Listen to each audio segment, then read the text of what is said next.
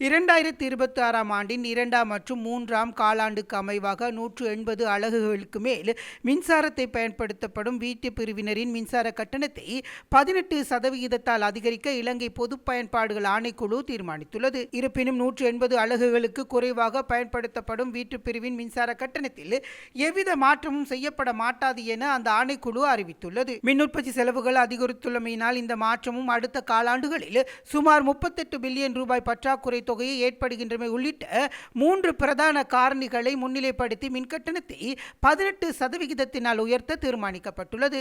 எவ்வாறாயினும் அரசாங்கம் 15 பில்லியன் ரூபாய் நிவாரணத்தை வழங்க எழுத்துப்பூர்வமாக இணங்கியுள்ளதனால் இந்த அதிகரிப்பு 5% மின் நுகர்வோரை மாத்திரமே தாக்கம் செலுத்தும் என ஆணைக்குழு தெரிவித்துள்ளது.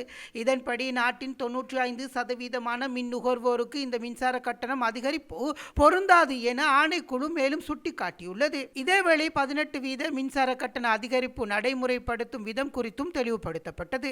வீட்டு பாவனையில் 0 தொடக்கம் 180 அலகுகளுக்கு இடைப்பட்ட மின் நுகர்வோர் கட்டணம் அதிகரிக்கப்படவில்லை. 180 அலகுகளுக்கு மேல் பயன்படுத்தினால் 18% அதிகரிக்கப்படும். பொது பயன்பாடு GP1 180 அலகுகளுக்கு குறைவான மின் நுகர்வோருக்கான கட்டணம் அதிகரிப்பு இல்லை.